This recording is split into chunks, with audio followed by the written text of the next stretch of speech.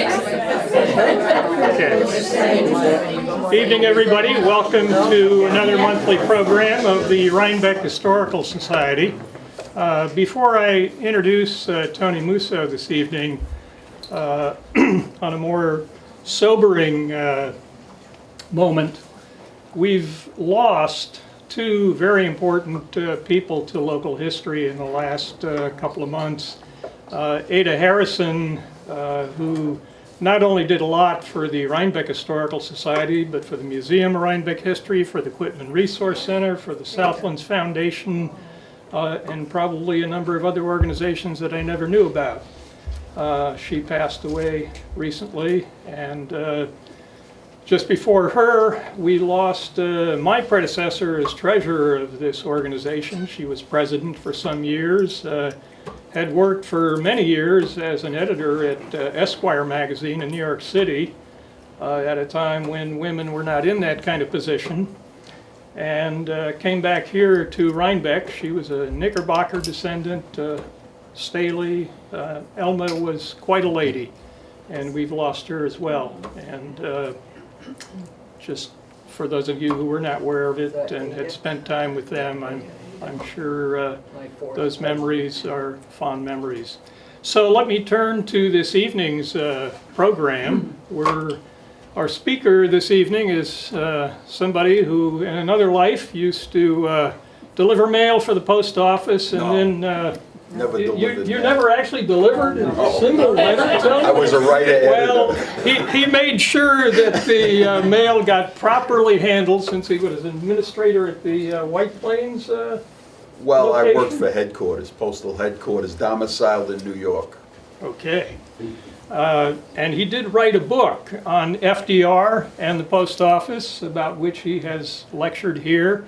Has also written a book on the history of rock and roll, and more recently has come here to talk about the hidden treasures of the Hudson Valley, Volume 1, Volume 2, and maybe there'll be a Volume 3 at some point. Well, this is But really this is- the third volume in the Hidden Treasures series. Okay, and hidden Who treasures. knows where of I'm the- going to go next? Maybe the Adirondacks, I don't know.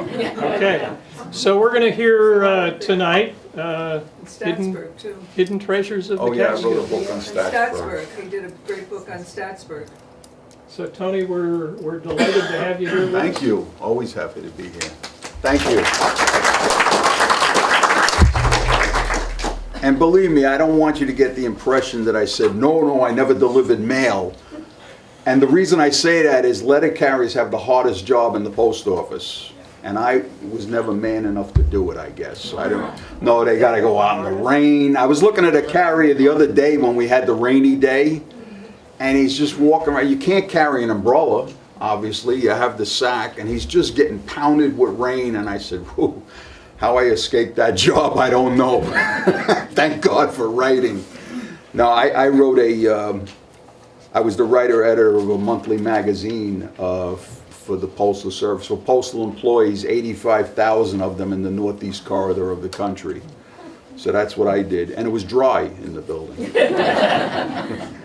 But I actually worked, my main office was in the building right across from Madison Square Garden on 8th Avenue, the one that's inscribed neither rain nor snow. And I never missed a day for snow. All I had to do was get to the train station, but I had some scary drives. But my office was behind the inscription, and I always felt guilty if I called in for neither rain nor snow right outside my office. So anyone familiar with the Hidden Treasures of the Hudson Valley books? Okay, for those of you that don't, the Hidden Treasures of the Hudson Valley were two books, Volume 1, Volume 2. Each one has 55 sites, but you will never see sites like the FDR home or the Vanderbilt mansion. What I do is the Hidden Treasures, I put things in my books that you may pass every day, an old structure from the 19th century or 18th century, and not know the history behind it, not know that George Washington set up quarters there for 6 months and had like the Fishkill Supply Depot and things of those. Those buildings are still standing. And not many people pay attention to them, but there's really a lot of history if you dig into it. So for the after I did the Statsburg book, I decided it was time to do another Hidden Treasures book, and I said, well, instead of doing the Hudson Valley again, I'd like to get out of the area. Well, that was the same person who was talking to himself, because I didn't realize the Catskills was as big as it is. And just to take the pictures in the book, there's 50 different sites in the book, and just to take the pictures, I had to drive to the Catskills 3 days and put 1,100 miles on my car total, just to get to the pictures. So I said, yeah, well, next I'll do Hidden Treasures of Canada. Why not? I'll put 3,000 miles on my car. But anyway, that's the focus, and similar to the Hudson, Hidden Treasures of the Hudson Valley, at the end of each chapter, because I try to stimulate day trips to go and look at, or a weekend trip. And so what I do is I put a physical address of each site or exact driving directions when it's off the beaten path. So that, if you have a nice sunny day comes along and you want to go out for a ride, there are some sites that are in the foothill that are not very far at all. And then there's sites as far up as Schoharie. So you may want to do a weekend trip and, a one-nighter, Saturday and Sunday, and see some really terrific sites. Now, I don't want you to drive that far and only have one site to look at, so I cluster the sites. So if you go into one area of Delaware County, there'll be about 5 sites you can pick from. So you might see 1 or 2 or 3 in the same day. So having said all that, that's what the book is about. We're going to start in High Falls, New York, which is considered the foothills of the Catskills Mountain. And in High Falls, you have the D&H, or the Delaware and Hudson Canal Historical Society and Museum. Is everybody aware of the D&H Canal? To tell you a little bit about it, 2 brothers, Maurice and William Wirtz, from Philadelphia, also owned a coal mine up in Carbondale, Pennsylvania, which is around the Honesdale area, or the northern Poconos, if you will. They really wanted to get their coal down to the Hudson River, because obviously if it got down to the Hudson River and they could load it onto ships and get it to New York City, they would expand their market by a lot. The other motivation that really motivated them to get this D&H Canal built was that after the War of 1812, all the coal we were getting from the United Kingdom stopped. They weren't shipping it here anymore. Ironically, the coal that was from Carbondale, Pennsylvania, proved to be more efficient and more, cost effective. It was better buy than what we're getting from the United Kingdom anyway. The canal ran 108 miles. It started in Honesdale, Pennsylvania, and it ended in Kingston, in an area that we know as the Rondout District. Tell you a little bit about the canal. In 1820 dollars, it cost $1.2 million to build this 108-mile canal. That was serious money in 1824 or 1823. It was kind of like Trump money today. But the Wirtz brothers did not run for president. Want to make that clear. It had 108 locks, 137 bridges, and 26 basins. Initially, the canal was 4 feet deep, and what began as just the Wirtz brothers getting their coal down to Kingston, which transformed Kingston from a sleepy farming town to a major shipping port. In fact, there were 100 people living there in 1823.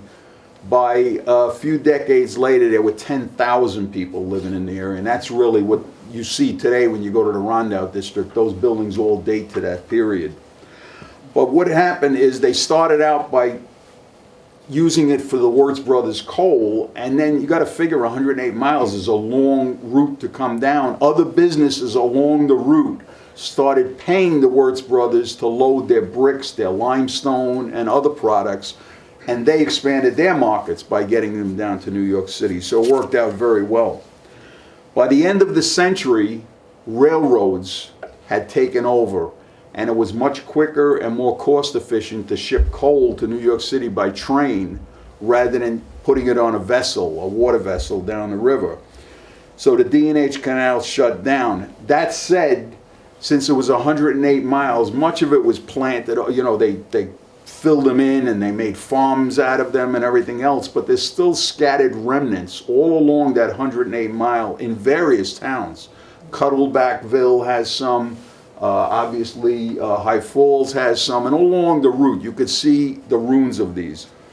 Where High Falls came in is there are 5 locks that were built in 1847, 20 years after it opened. And the reason they built the 5 locks through, they were connecting locks, built them through High Falls is they wanted to build locks that could handle bigger boats rather than the narrow canal boats. And so the 5 locks that still exist in High Falls are 90 feet long, 15 feet deep, and 15 foot wide. And then they would get them down and somehow transport them by wagon or whatever from there to Kingston, which wasn't that far of a ride, because High Falls is just beyond Rosendale, if you know where that is. In 1968, the D&H Canal property in High Falls was designated a National Historic Site.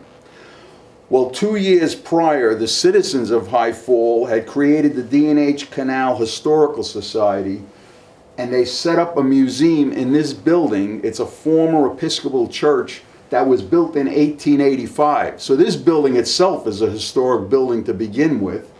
And actually, I gave a lecture in the main church part, I think it was December of last year when the book first came out. They have a wonderful museum in there. They have scale models of the canal, and when he turns the pump on, the gates will open, the canal boat floats in, and then you can see the boat rise up so it can get into the next lock. It's really nice, and it really worked out well for me because I just got back from the Panama Canal. So having all those things, I saw it on a much larger scale. But it's a very interesting museum, and I believe they charge $3 to get in, and that's another focus of the book. You know, we could spend $16 or $20 to get into the mainstream tourist sites. I try to keep the sites in my book either free, run by a historical society where there's a jar and you put a couple of dollars in, or you know, it's nominal, like a $3 or a $5 admission. In 2014, the Society received a substantial grant from New York State, and they're in the process of renovating this building, which some of you might remember in High Falls. This is the 1797 Depew Canal House, which was a restaurant for many, many years. They went out of business 2 years ago. The museum is going to relocate probably late 2017 into this building. And the advantage is obvious. They're now going to have 2 full stores. They have a lot of things in storage. So you'll be able to go on both floors, see the museum, and then the beginning of the 5-lock walk is right here. It's right next to the building. Now the 5-mile walk, what they did was, when it was designated a historic landmark, the society went out and they cleaned the paths. The canals always had mule riders. They worked for the canal, and they had a rope connecting to the canal, and they would guide and accompany the canal, the boats all along the canal route. Right across, right about here is the entrance to the 5 canals. They're dry right now. Even more of an advantage, because you can look in and see all the mechanisms of the gates that would open and everything. Everything's right out in the open for you to see. People say, you know, and that's free of charge, by the way. And people say, you know, well, how many locks can you walk? You can walk the whole 5 because they've refurbished and graded the whole path, so it's very level. It's gravel. In June, I found out while I was writing the book, the Society has a special program twice in June where they call it Wine Day at the 5 Locks Walk. And as you go on, you have to pay for that, but as you go to every lock, you get a couple of glasses of wine, and they have snacks out there. So I've walked the whole 5, but it's not going to happen on Wine Day. I'll be around 3, and I'll be, okay, let me sit down. Can I have another glass of wine? But it's an interesting concept, and you get to see a really neat part of history in the area. I have the Rondout District in my Hidden Treasures of the Hudson Valley book, but I really wanted to put this in the Catskill book as the foothills. Now this is along 213, Route 213 out of Rosendale. If you go to the very west part of 213, you're going to come to a T-bone intersection. That's Route 209.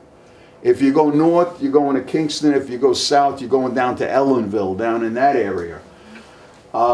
If you take that road and make a right-hand turn and head north, the next foothills of the Catskills site is in Hurley, New York. Anybody been to Hurley? Okay. In 1662, a group of Dutch and Huguenot settlers arrived in New Dorp. That's what the settlement was called at that time. New D-O-R-P, the community's original name. Because its original inhabitants, the Esopus Indians, didn't really care for the settlers intruding on their property, they did burn down all the houses in New Dorp and then went up to Kingston and did some damage up there.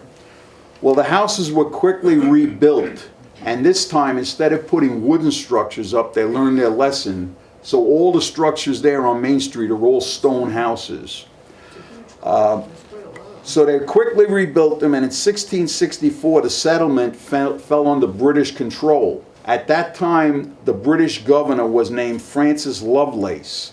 He changed the name from New Dorp to Hurley, but it was spelled H-O-R-L-E-Y, and the reason he named it that was his ancestral home in England. It was later changed, after we won the war, it was later changed to Hurley with a U, and that's how that name changed. The 9 stone houses that were originally erected along today's Main Street share the same characteristics. They're 1.5 stories tall, moderately pitched roofs, and they're all constructed of Ulster County limestone. This house here is the Van Etten Dumont house, and it's the oldest in the entire town of Hurley. In fall 1777, the Continental Army was housing in the basement dungeon all their prisoners that they were gathering during the war. One of those prisoners was British Lieutenant Daniel Taylor, and he was a spy that was captured by the Continental Army. Now, because of that, this house is also referred to this day as the Spy House. Now, you know those blue historic markers that are on the road whenever you see historic sites? There's one, it's hidden by this bush right here. And if you read it, it says this is the Van Etten Dumont house, also known as the Spy House, and they say from this location, British Lieutenant Taylor was put on a horse and taken down the road, and he was hanged, and he died. Well, that's true, but not exactly true, because in doing research for the book, I found out that they did take him out, put him on a horse, because he was a spy and he was tried and found guilty. But as soon as they pulled the noose around his neck, he had a heart attack and died on the horse. So I guess in a way that was more merciful than hanging from a tree. But the Historical Society lady that was taking a bus trip that I did for Mount St. Mary's College of the area, she said, "Really? I'll have to check on that." And the next week we came back with another group, and she said, "I checked, you were right." And I said, "Well, you have to redo the sign." That same year, to escape the attack of the British, you know, when the British came up the river and they broke the chain and they got to burn down what is now called the Stockade District in Kingston. Well, Governor George Clinton was the first governor of New York State. And what he did was he fled to Hurley during the attack of the British. And in this building right here, this building for 6 months served as the New York State Capitol. And he ran the Capitol out of here until the British completely cleared out, and then they moved it back and repaired the buildings and moved the Capitol back to Kingston before it went to Albany. So this was the New York State Capitol building. The Polly Crispell house, which is right here, there's a path right next to it, and it looks like a private driveway, a gravel driveway, but there is a sign that plainly tells you it's a public path. And if you walk past Polly Crispell's cottage and past her barn that was built in the late 1700s, you'll come to the old cemetery of Hurley. Now that sits adjacent to the Esopus Creek. It's open to the public dawn to dusk. You can go in there. And it's a lot of bluestone, those really old rounded top gravestones in there. The oldest one belongs to that of Captain Matties Tenyek, who died in 1741. So it's kind of a neat little place to walk through and see some of these old, because a lot of the old stones that they put up had artwork on them too. And so it's an interesting place to go to.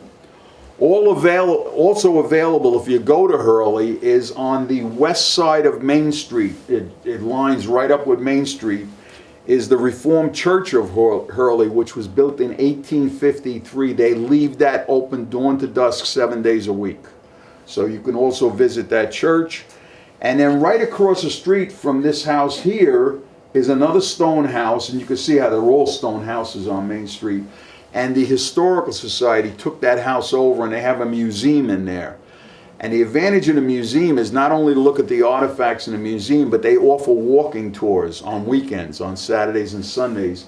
And you may be able to get into one of the two of the houses. They have arrangements with the people. When I took the bus tour up there that day, we got into this house and the Spy House with the bus trip. And they really enjoyed it because they kept it pristine. They didn't modernize anything, and it's actually, you're seeing what was the state capitol at that point. Also, again, in June, I believe it's the second weekend in June, Saturday and Sunday, I think they charge you $12. I'm pretty sure it's $12. And they call it Hurley Stone Day, Stone House Day. July. It's July? July. Thank you. The second weekend? It's usually around 4th of July. Well, it's not on the holiday, I know that. No, It but must be. it's around the weekend. Yeah, okay, the weekend after, yeah.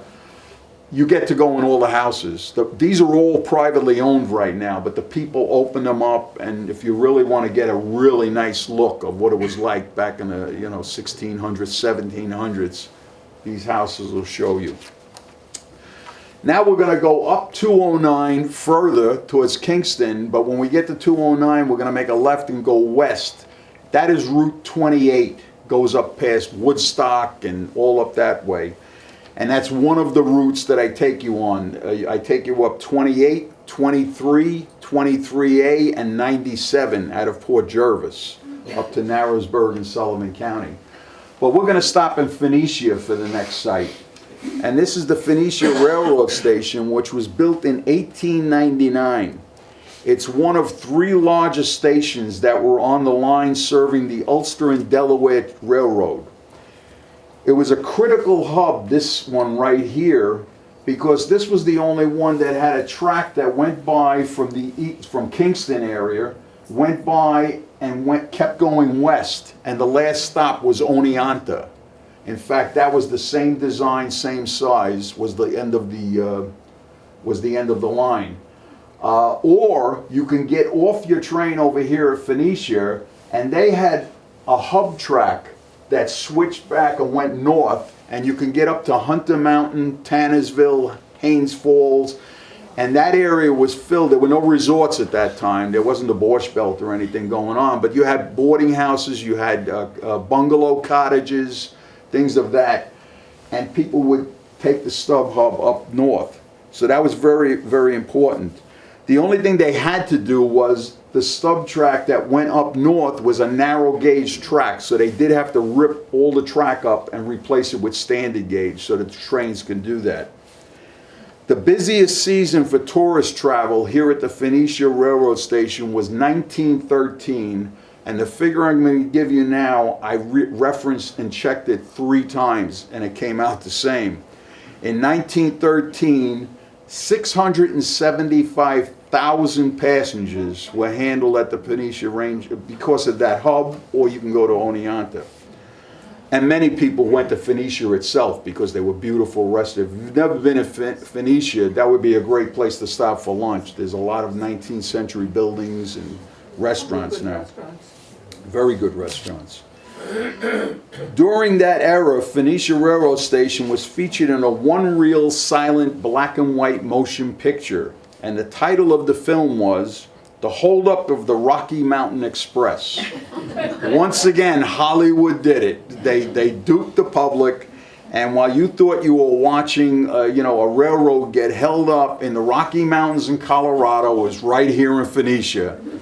Every exterior scene was done on the stub track going north, not to interrupt the regular line. And all the interior shots were done in the Phoenicia Railroad Station. Now, the Phoenicia Railroad Station had 2 waiting rooms and the ticket window in the middle of both. And I was always confused, because I said, why do you need 2 waiting rooms? Why, Grand Central is one big waiting area. But the problem was that the men used to like to smoke, and that was offensive to the women. So they would stay in one waiting room and the men would stay in the other one. Now, when passenger service ended in Phoenicia in 1954 and freight service ended in 1976, so that was the end of the line. The other big station other than Oneonta and Phoenicia was in Shandaken. That was built in 1907. They immediately tore the station down when the line went dormant. The one in Oneonta, which was built a year after this in 1900, was purchased. They didn't knock it down. It was purchased by a businessman, and it still stands today in Oneonta, same shape and everything, but it's a retail store. They kept it as a retail store. The one in Phoenicia was going to be torn down right after Shandaken, but a man in town named Jack Ham was a railroad buff, and he said, there's no way we're going to lose this gem. This was an important part of their history. Railroads were an extremely important part of the Catskill tourist industry, which started way before the Borscht Belt. He bought the building but never did anything with it. He just let it sit there. In 1985, the nonprofit Empire State Railway Society purchased this station, and after a complete restoration inside and around the tracks and everything else, they opened the Empire State Railroad Museum. So you can go up there from May to October on Saturdays and Sundays, see all the original artifacts. Many of the things you're going to see were in use in this station when it was in its heyday. And also there is a tourist line now that comes up from Kingston, and it comes into, so it's still a working railroad station, only today it's a tourist line from Kingston up to Phoenicia. So a pretty neat place to visit. Now if you continue going west on Route 28 and you make a right-hand turn in Arkville, there's Route 30 that goes north, you're going to come to the town of Roxbury. And in Roxbury, I give exact directions how to get here because it's on an off-road, and I tell you exactly how to get to the place. You will find Woodchuck Lodge. Now, in my Hidden Treasures of the Hudson Valley book, I did a chapter on slab sides, which was the rustic cabin built by John Burroughs, American naturalist and writer, in 1895. He built a cabin 1.5 miles in the woods from his estate right on the Hudson River, and he would live there from April to November. And in November he would come back to live with his wife at the estate till April. They had a very long marriage. It's really good. And I got the spotlights, I hope, when I get home, because I'm finishing my cabin tonight, but I'm putting heat in mine. But that's the only reason he went back in November, was he had no heat in the cabin. So I thought it would be interesting in the Catskills book to show where John Burroughs was born and raised, and that was in Roxbury. This was the family farm. He was born here in 1837 on the family farm, and at 17 years old, he left to attend the Cooperstown Seminary. He wasn't going to be a minister. In those days, they called a lot of schools seminaries. He took up the teaching profession, and when he graduated the Cooperstown Seminary, he got a few local jobs, and then he actually moved to Illinois. He was offered a job in Illinois as a teacher. That said, he moved back to New York in 1857 on his 20th birthday to marry and start a family. To support his family while he started his writing career, because we all know writers are poor. That was a joke. To support his family, he took jobs as a federal bank examiner, and later he moved to Washington, D.C. to become a clerk at the Treasury Department. Now that was a very important move for him to make, not so much for the job, but while he was in Washington, D.C., he met and became lifetime friends with Walt Whitman. and that was a very important connection for him. In 1874 is when he came back and purchased a 9-acre pig farm in Westport and transformed it into his estate with a beautiful big stone house, mansion, which still exists there, by the way. His descendants live on there today. As his career flourished, his writing became required reading in schools nationwide, and he was a well-known lecturer. By 1910, Burroughs and his family began to spend the summers at his family farm, specifically using this lodge that his brother Curtis built in 1860, and it was on part of the family farm. It's a 2-story, 3-bay house consisting of 3 bedrooms. There's 1 downstairs and 2 upstairs.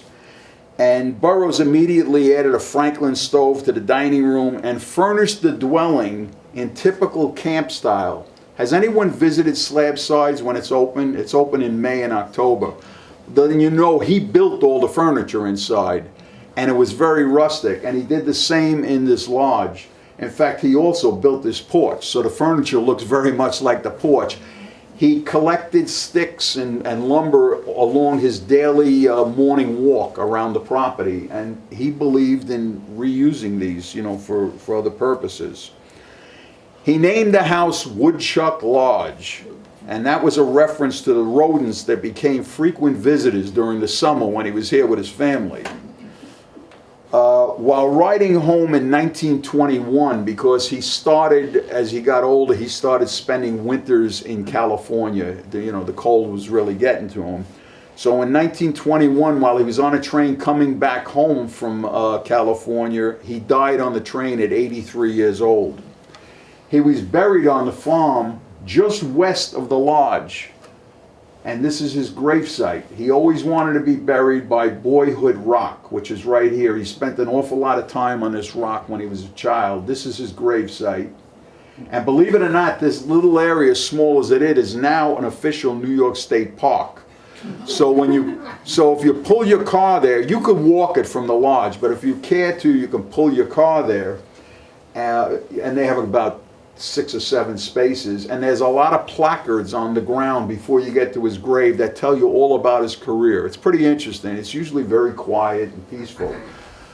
This Boyhood Rock, I said he played a lot on it as a child. Well, it was a working farm, and while his siblings were out doing all the chores on the farm, much to Burroughs' father's chagrin, he used to sit on this rock and read books all day, which his father thought was a total waste of time when the chickens needed tending to.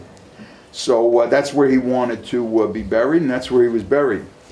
In 1973, his great-grandnephew donated the entire property, including the gravesite, the lodge, and all the property that belonged to the Burroughs family, to a nonprofit group that continues to maintain the house. They take care of it. They take care of the grounds here. And they open it up every Saturday and Sunday free of charge. So with this one, I put a website. Whenever there's a website or a telephone contact number for a historical society, I put it at the end of the chapter because they do have events on several weekends during July and August. And you might want to plan your visit for when something's going on there. They have guest speakers on occasion, and you get the tour of the lodge and everything. But a pretty interesting place to visit. Now, I said I cluster sites, so you don't drive all the way up here to see Woodchuck Lodge. If you get back on Route 30 from here, which is a couple of 100 yards, you'll come up to another T-bone intersection. That is Route 23.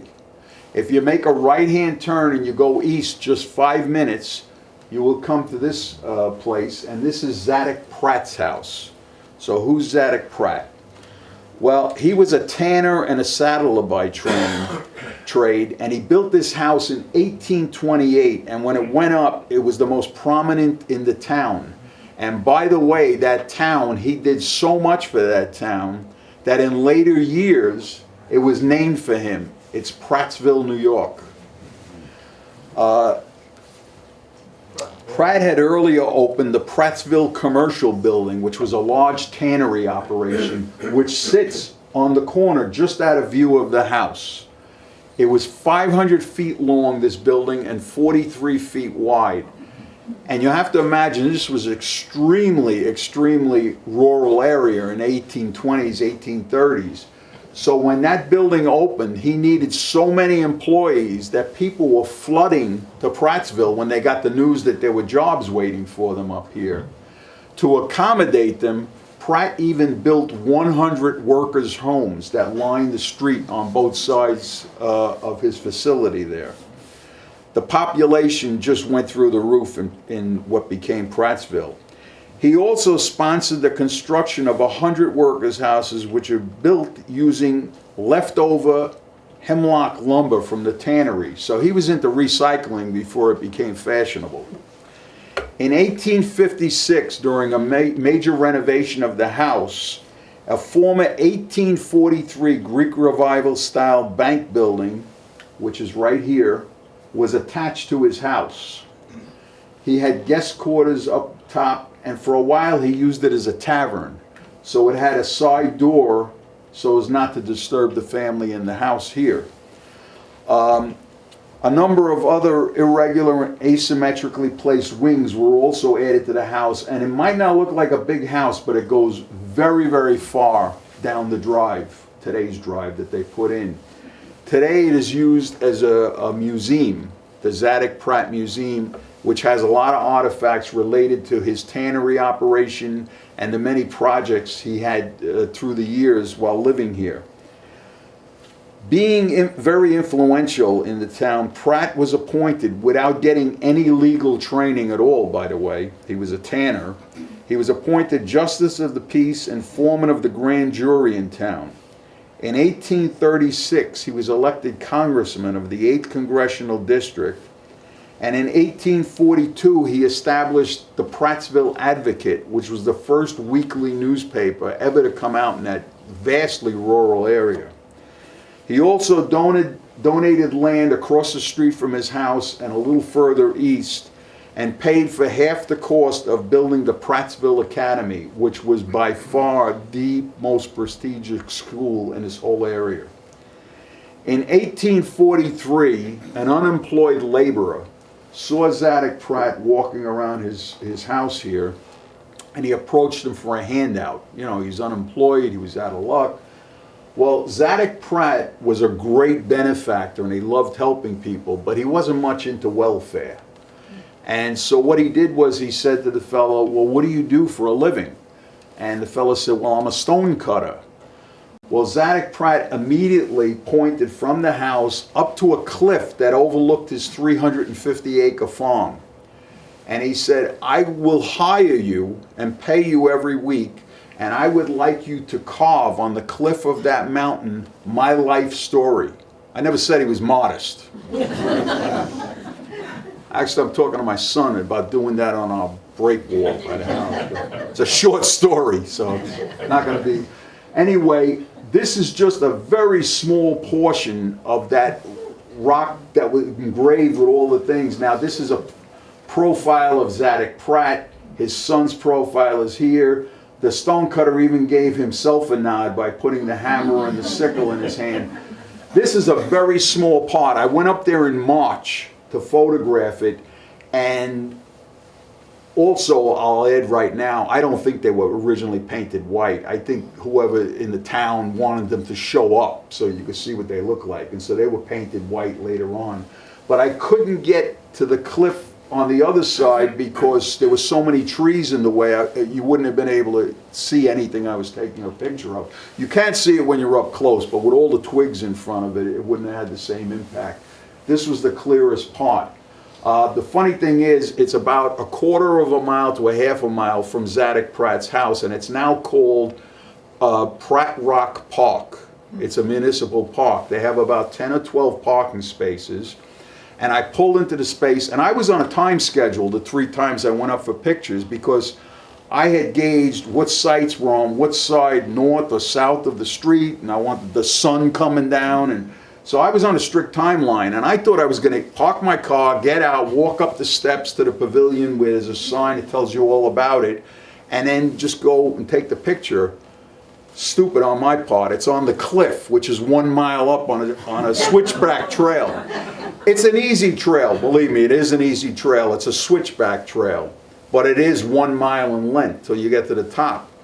Well, I had other places to go, so I ran the trail with my camera, got to the top, and even though it was March, I was drenched, you know, but I had to do what I had to do. So I took this picture and then ran back down the trail, got in my car and went off to the next site. But if you do go up there, you can easily walk up the switchback. It's not steep at all. It's a very easy grade to walk.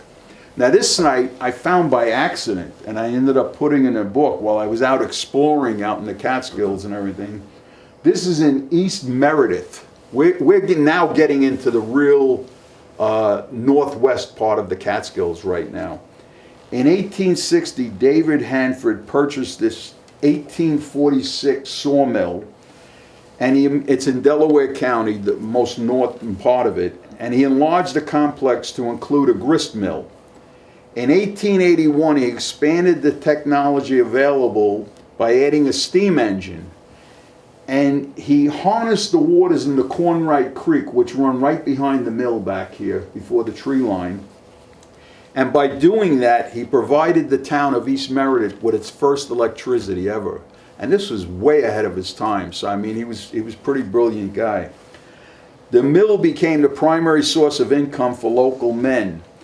During the late 19th century, he turned it over to his two sons, Horace and Will Hanford, and they started overseeing the operation. In 1910, they built the Hanford Brothers hardware store. Now you talk about ahead of time. This is 1910. You could go into the Hanford hardware store and you could buy whatever you wanted, but they had a book there with 6 designs, 6 different houses. And what you would do is you would pick one of the models out and say, you know, this is the model I want on my property. And they would sell you every nut, screw, wood, lumber, shingles, whatever you needed to put the house up. Now, if you're a guy like me, who is useless with tools, they're actually all locked up in my house. My son will not let me touch his tools because I have a habit of breaking things. I can't help it. They would send a crew out for an additional charge to build the model house that you picked. That was way ahead of its time, especially in this rural area here. You know, today we have Williams and we have Page, and they might have professional help in helping to design a house, but we're talking 1910. In 1925, the brothers erected a steel water mill at the intersection with the intention of generating more water power, but they gave up that idea and they've used this ever since to store grain. A man named Frank Pizza, notice I don't have trouble with that name, Musso, Pizza, it all goes well. He was a mill employee for many, many years, and in 1945 he purchased the entire complex, and that ended the 85-year Hannaford era. He hoped to expand the facility by using state-of-the-art technology in 1940s terms, but because the World War II had just ended and thousands of troops were coming back home, there was a little decline in the economy there, and he didn't get the financial support that he wanted, so he couldn't go forward. That said, he kept the place running, the whole complex running, until 1967, when it was shut down. In 1973, New York State chartered the Hanford Mill Museum, which provides visitors with an unrivaled perspective of an authentic 19th century mills.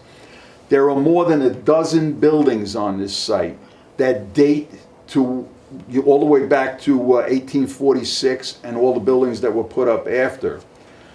You have the mill pond and water wheel that you could visit, and on weekends what they do is they have every operation that was there, the sawmill, the grist mill, they have people demonstrating how all these skills are done. So it's actually a working place when you go in there and tour the whole grounds. Also in July and August they have a lot of kind of upscale events and functions to draw people in. They have like the Mountain Man, you know, they race to chop down a tree, and they have all these competitions. it was a really, really neat site when I walked it. Actually, it was closed because, again, I was here in March sometime, and it was closed down, but the woman came out of the house who now runs the property, and she walked me around and everything. So you could spend definitely a half a day on the property, if not more, if they're having those other functions going on. Okay, the next site we're going to go to is a very interesting site, because remember I told you I was on a schedule when I ran up the hill at the Pratt Rock? I came back to my car, and the very next spot I had to get to was this spot. Mount Yulseanta. With my Brooklynese, I practiced that word 50 times so I wouldn't offend anybody. It's an Indian name. And Yulseanta was an Indian maid. Her father was the chief of the tribe. Why this and the lake below it are named after her is when she was a child, she loved to climb up here, and she used to love to use the lake. To give you the Reader's Digest version, it's much longer in the book, Yulseanta fell in love with a white man, which is a great taboo, especially to her father, who was the chief. Well, they ran away because they knew something bad was going to happen. Well, 25 or so, well, it wasn't 25, it was probably 5 years later, some of the people in the tribe reported back to the chief that they found where they were living and that they had an 18-month-old son. So he got word back to them, look, all is forgiven. I'm old now. I would like to see my grandson and this and that. They agreed to come back and visit him. And when they came back to visit him, and their tribe was settled right on the side of the lake, it was all a ruse. The chief killed her husband, and then had two of his tribesmen take the 18-month-old baby in the middle of the lake and throw him over. So it's like a soap opera drama. Well, Yulseanta was so grief-stricken, she took a canoe out the next day and jumped over in the same spot her son was dropped, and she died. They recovered her. They carried her up to the mount, which is now named in her honor, and they buried her in a cave on the part of this mountain. She has never been found. So any explorers in the crowd, if you go to this site, you might find the Yulseanta gravesite. But, you know, fire towers always intrigued me when it came to the Catskills. They have a very good history behind them, and let me go through part of it. The 700,000-acre Catskill Park was established in 1885, and one of the first priorities of New York State was to battle forest fires. They at first assigned fire wardens that will walk all the tracks of the railroads, because, you know, with the sparks flying off the engines and everything, they would catch on the brush, and all of a sudden you lost 100 acres. You know, it happened that fast. Well, despite the good work the fire wardens were doing, they had two huge fires, one in 1903 and another one in 1908. Desperate for a solution, the New York State Forest, Fish, and Game Commissioner from Albany reached out to his counterpart in Maine. Maine was having a lot of good luck putting these fire towers up. And what they did was they had one ranger positioned up here 24 hours a day, 7 days a week, and living in a tent at the bottom of the tower 12 months a year. So imagine being there tonight in a tent on the top of this mountain. Well, eventually they conceded and built these little, that's only the roof of it. It's a little kind of a cabin that they can go into the cabin in wintertime, and they had, you know, heat in there and everything for them. So what happened was the first one that was put up in the Catskill Mountains was in 1909, and that was on Hunter Mountain. And that tower was made of wood. In 1934, they built this structure on top of Mount Yulseanta, and it was made of steel. This is also in the town of Stanford, Delaware County, to give you a rough idea of where we are. By the 1980s, there was no longer a need for these fire towers, because there were so many planes flying over the Catskill region that if they noticed a fire going out, they just radio it in, and maybe they'd lose 5 acres instead of 100. And that worked well. This tower was finally closed down in 1989, and today the whole summit of this mountain is a village park, the village of Stanford Park. Now mind you, I'm coming from Pratt's Rock. I'm drenched. I get here and I go halfway up the mountain, and there was a spot for 8 cars. So I pulled my car in and parked it, and I went to the ranger's office, and it was locked. There was no one there. The lights were out. So I walked back just past my car, and there were 2 trails. The one on the left said, hiking trail 1 mile to the top. Well, that wasn't going to happen. I wasn't going to run up another trail around this mountain. So I looked at the next sign, and it said recommended for 4-wheel drive vehicles. And I turned around and looked at my Acura, and I said, guess what? You are a 4-wheel drive vehicle. So I went up. It's like red clay, that route. And you can imagine from Jeeps going up in wet weather, there were ruts in the road. But I made it all the way to the top in my Acura with no problem at all. I did 10 or 15 miles an hour, winds around the mountain, and I got up to the summit. Now, if you're going to go out to this site and visit, and believe me, it's worth it, because this is always open, so you can get right up in that tower, and the views from up there are incredible, really incredible. But I want to warn you, if you go up the road with the car, it's very safe. Trust me, I wouldn't send you up there if it wasn't, but there's no railing. So don't look down. Just keep moving at 10 or 15 miles an hour. I kept putting my radio louder, and suddenly the radio, the static took over, and I didn't have a radio anymore, so I had to hum to myself. But I wouldn't look over. But it's wide enough, you know, it's more than wide enough for a car to get up there. But this is a terrific place to visit. And obviously it's free, it's a village park. We're going to go to the furthest site in the northwest part of the Catskills, believe it or not, in Schoharie, which I didn't even think was part of the Catskills, but in fact there's quite a few sites up this way. And that is the old stone fort in Schoharie. In 1772, a High Dutch church, this one, was built by Palatine settlers. Now, approximately 3,000 German Protestant refugees made a deal with the British. In return for their free passage to New York, and they settled in Germantown, they would support the Royal Navy by working on different things to support the Navy.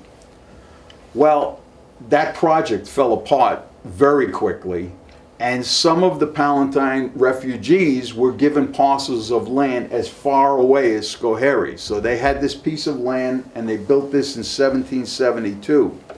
When the Revolutionary War was going on, even though this is way up there, this was very vulnerable to attacks by the British, because they were associated with the Iroquois Indians, and you had them running around and supporting the British, so nobody was safe. The church stopped working as a house of worship, and they put a half-mile stockade fence around it, and they made it into a fort instead of a church. Now, when the British came and they destroyed neighboring communities on both sides of this one here, they tried to get over the stockade fence and destroy the church, but don't forget, they were getting firepower from the troops stationed in the fort, and they never made it over. However, if you go to the south side of the other side of the building, this is the main entrance, to this day there's a cannon hole in the wall that they never repaired. So they lobbed a cannonball in there, but I guess the fence had kept them at such bay that they really couldn't do much damage, but the cannon hole is in the back. When the Revolutionary War ended, the stockade fence was removed, and this went back to being a church. They had worship services and everything going on here. In 1844, when 2 newer Reformed churches were built in nearby communities, they closed this down and they sold it to New York State for $800. The state removed the belfry, which was here, and they extended the tower by 9 feet. In space formerly used as a church balcony, like the choir loft right here, they extended the floor right across to make it a 2-story structure. And this was used through the Civil War up to 1873 as a militia armory. So it's got a lot of different purposes. Now, the Schoharie Historical Society was founded in 1889, and the state tasked them with creating a museum, a two-story museum in this building on the history of the area. But because they were like the Dutchess County Historical Society, they were the Schoharie County Historical Society, they started bringing in buildings from all over the county. They brought in a wooden toll gate that used to have to pay the toll, and the toll gate, he would lift the wooden gate up. They brought in a one-room schoolhouse, a law office, and they even have a perfectly preserved Palatine barn on the property. So there's a lot to see up here. And then just past the building and up the road, there's a covered bridge. So there's a lot to see in the area. It is a ride. It took me 2 hours, 40 minutes to get up here on a straight run. So if you wanted to do that, see something, and then see another thing in this area, there's a couple of in this area that I clustered, and then stay overnight, you can make a weekend out of it. Or you can just come back home after seeing 2 or 3 sites. Now operating for 126 years, the museum still welcomes visitors to view exhibits and artifacts from the fort's heyday, and welcomes them to access all the other buildings that are on the site. They're just left open, so if you didn't want to go in the museum, you could just go visit all those other sites. We started with, 3 hours ago, we started with the D&H Canal. And I thought it'd be really appropriate to end with the D&H Canal, but a very unique part of it. This is Roebling's Bridge. It's located in Minisink, New York. It's 23 miles north of Port Jervis. Now this is an absolutely wonderful, if you go to Port Jervis on I-84 and you get off at exit 1, and you start driving north, you're going to be on Route 97, which borders the Delaware River. It's one of the most beautiful sights. In fact, if you go in the foliage season, you're not going to want to come home. It's just beautiful. That's Pennsylvania on the other side. This is New York. This is a 535-foot wire suspension bridge known as the Delaware Aqueduct, or simply Roebling's Bridge. It was erected over the Delaware River in the 1840s as part of the D&H Canal. Now you're looking at this and you're probably thinking, you know, it's a neat bridge to drive across and walk across. This was filled to the top with water. I'll tell you what happened. The original D&H Canal came out on low ground, and they then had to cross the Delaware River to reconnect with the canal on this side. The problem was that there were timber rafts coming down at a high rate of speed because there's a little bit of rapids there. And so you had a cluster backup of canal boats here waiting for an opening, or if one tried to get across and a timber raft came down faster than they thought, there was a bad collision. And, you know, the people that are on the canal boat operating it, you know, there's serious ramifications. In 1846, a man named Russell Lord proposed the construction of a bridge over the river to provide an unrestricted route for canal boats. So they moved the D&H Canal to higher ground, and now this part was the whole D&H Canal, just filled right up to the top with water. On both sides, this side and the north side of the bridge, there were lumber hangovers, and that's where the mules with the employees of the canal would walk along and accompany the bridge across. This bridge, along with the D&H Canal, closed down in 1899 when the whole canal shut down. And what they did was a fellow named, let me get his name here, I'm losing my place, Charles Spucks came along and he bought this bridge. They didn't know what he was going to do, but they needed it sold, and he sold it. Charles Spucks had people go out and take down, because he was afraid as these paths for the mules deteriorated and fell into the river, they could likely hit a boat that was passing underneath, and he didn't want any damage. The second thing he did was he put strategically placed holes in the bottom of the bridge, and they drained all the water out, drained it down to nothing. And what he did was, in 1900, he put a toll house on the New York side, and he turned it into a vehicle and pedestrian bridge for traffic. Believe it or not, it remained this way. In other words, if you came from Pennsylvania, came to the New York side, Mr. Spucks would come out, he would collect your toll, and he'd manually pick up the wooden gate so you could get into New York. If you were coming from New York wanting to go to Pennsylvania, he just did the same thing. Took your toll, lifted the gate. Believe it or not, this operation lasted from 1900 until 1980. Pretty incredible. I wish I knew about it years ago because I would have done it just to do it. Anyway, in 1980, the National Park Service comes along and they buy the bridge and the toll house. And now you can go across the bridge to Pennsylvania or vice versa. The toll house is now a museum. The bridge is free. And I have to tell you, if you want to walk across the bridge, it's a very narrow bridge, but it's very safe because no one, and I even found myself, you're driving through, it's so high over your head, both sides, that you're only doing 5 or 10 miles an hour getting across there. So it's really safe. There were people walking on the bridge when I was going across it, but you don't dare go 30 miles an hour because it's just so imposing on both sides of you. Like I said, they opened this up as a museum, so you can go in there and see the artifacts of the original thing. Its 2 suspension cables, originally installed in 1847, were replaced in 1985 after 150 years of use. The 1 mile span is now open, like I said, to both vehicle and foot traffic. Now, I'd be remiss if I didn't tell you, this is not a hidden treasures of the Catskill, but I do have a blurb at the end of this chapter in the book. If you go across the bridge, remember I told you I like to give you 3 or 4 places to visit on a day trip. If you go across this bridge, and as soon as you get in Pennsylvania, you make the first right-hand turn, you go about a half a mile down, and you will come to Zane Gray's house. It's in Pennsylvania, so it's not, I couldn't do a whole chapter on it. It's not in the Catskills. But if you're so close, the National Park Service owns that, and that is free too. They give you a tour of the Zane Grey house, which includes original manuscripts, exhibits, and memorabilia that belong to Grey. If you don't know, familiar with Zane Grey, he was a very great Western novelist. He wrote a lot of Western stories. Now, if the name Roebling sounds familiar to you, he went on in 1883 to build the Brooklyn Bridge, which linked Brooklyn to Manhattan. And that bridge has been sold many times.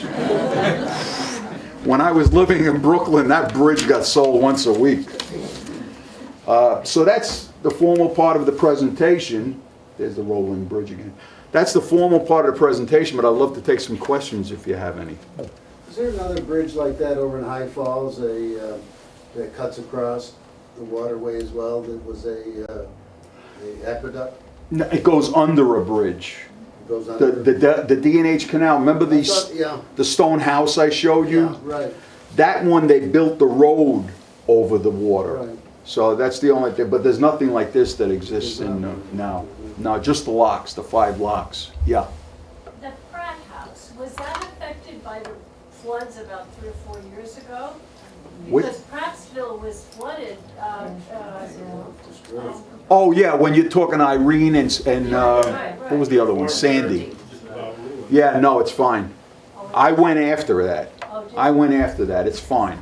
I mean, you could see ruts, damage on the sides of the road, but no, the town is fine. And that house, that museum? The house is fine. They did get water though, so they had to drain the water out, and obviously had to do a lot because they had hardwood floors. So they did get temporary damage, but I mean, it wasn't like the whole first floor was full of water. You know, there was some others like Roxbury, where the Woodchuck Lodge is. You're down in the village, Roxbury, the Woodchuck Lodge is up on a hill, but if you were down in the village, they got a lot of buildings destroyed down there.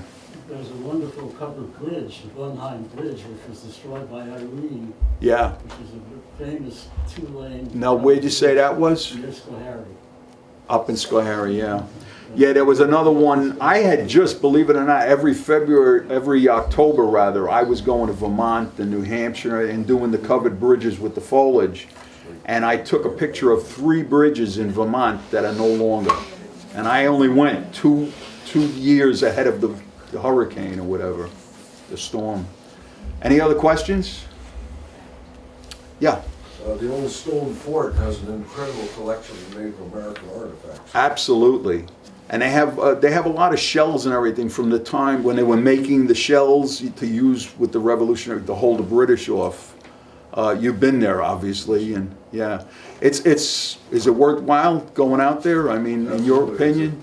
It's a better collection than the State Museum has. Yeah. Oh, yeah. Oh, I agree with that. I agree with that. So, I don't want to interfere with any other questions people may have. Be right with you, I Joan. just wanted to make a comment.